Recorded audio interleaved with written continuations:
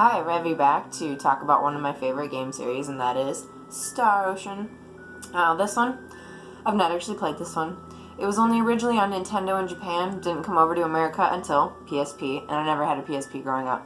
I should really work on that since I can buy my own stuff now, so I'll get back to you on that one. I heard it's really good though. Star Ocean's Second Story. I did play this one. Now this one was kind of groundbreaking in that at the time there weren't really any RPGs that were action based, and if they were very few and far between. But this one was, and so it was very different in that way, especially with the popularity of Final Fantasy, especially 7, which one of my favorites. Love that. I'm so excited about that game. That's another video though. But it also had different endings. It advertised like 80 different endings, which is kind of misleading because they were very slight. They weren't very different in each ending, and it was a matter of if you chose to start out as Rena or if you chose to start out as Claude, and then what characters you decided to keep in your party.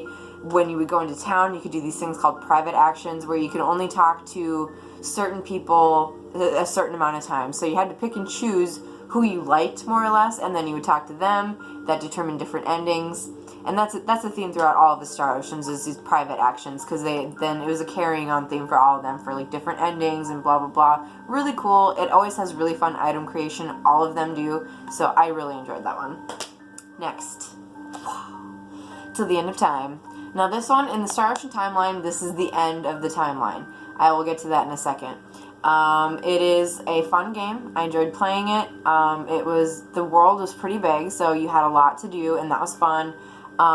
They had map discovery, which was kind of cool, so like you had to, discover the maps, and when you did, like you would get like a little bonus prize or something like that. This was the introduction to battle trophies, which that didn't happen until you played the game again, but still, this was where battle trophies started, was this one.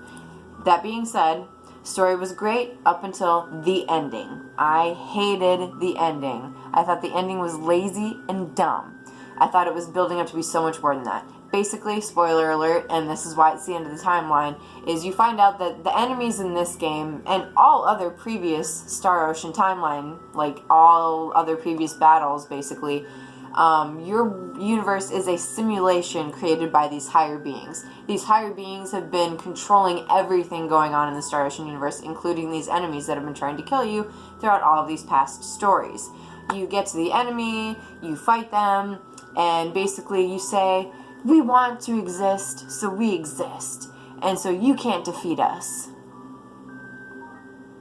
And that's it. That's basically it.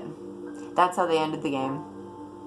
It was dumb. It was leading up to be so much more than that, and that's also why it ended the timeline, because, well, they were the creators of the universe, and if you fought them and you won, and they're not going to try and destroy you, well, now you have nothing else to worry about. Still, I know I was being really sarcastic with all that, but I did really enjoy the game in general, so it is fun to play, but, whatever. Next up, Last Hope. This one, I could literally talk about this game for hours. I have a notebook this thick that is dedicated to this game and notes. Where's the best place to grind for this, for that, enemies, best route to go about anything. I have everything written down and structured for this game because I got the platinum on this game. And this game is so notoriously difficult and time consuming that literally only 1 or 2% of people that have ever played it even got the platinum on it. And I am proud to admit that I am one of them. And maybe I shouldn't admit this next part, but it took me almost 1,000 hours to do, give or take, throughout multiple playthroughs, obviously. But yeah, because it is a grind. It is a grind, but I loved it. Obviously, if I was stupid enough to spend that much time in one video game, obviously I really liked it. And they did re-release it for PS4, so if you ever want to play it or ever have any questions on it, any questions, I have an answer for you. I have an answer for you, trust me. Because those battle trophies can be a pain in the butt. And if you don't go about them the right way, they can take even longer than they need to. And, I mean, especially with having to travel, give or take 4 hours to get down to the Ethereal Queen on the 20th floor of a dungeon where you can't save. Yeah, it can be a pain. So I am willing to help anybody who wants it, who needs any advice, help, questions. Please leave a comment, hit me up on Twitter. I have an answer for you. Trust me, I have an answer for you. And then last but least. Yeah, I said that right. Integrity and faithlessness. So this game was beautiful. I love the roll system in it. It was fun to play around with that, but the game was garbage. Garbage, garbage, garbage. The story was so boring, I don't even remember it. The characters were so bland, they might as well have not even been there. How can you have a game without characters? I don't know, but it probably would have been better than this. That being said, like I said, I did enjoy the roll system, and it was a beautiful game to look at, but I only recommend playing it if you're a fan of the series, and if you can get it for like $5 or $10, which I'm sure is only a matter of time. There were so many things that were just, I was so let down by waiting years and years for that game, but what are you going to do? I wanted another Star Ocean, and I got another Star Ocean. That's the beginning of the timeline too, by the way, if you're curious about how the timeline goes in these, which it's really not that big of a deal.